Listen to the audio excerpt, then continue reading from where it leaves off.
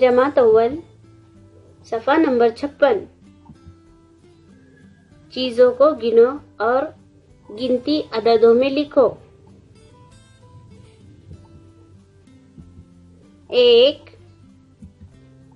एक इकाई। 1 2 दो इकाई।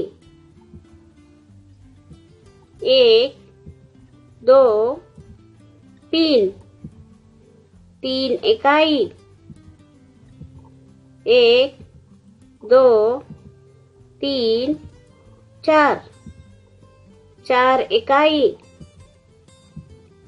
1 2 3 4 5 पाँच इकाई। 1 2 3 4 5 6 इकाई।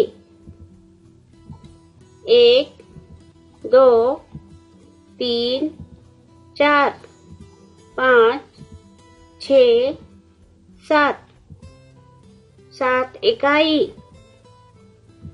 1 2 3 4 5 6 7 8 इकाई।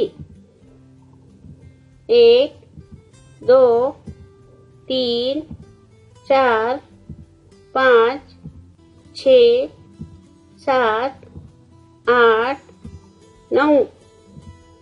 9 इकाई।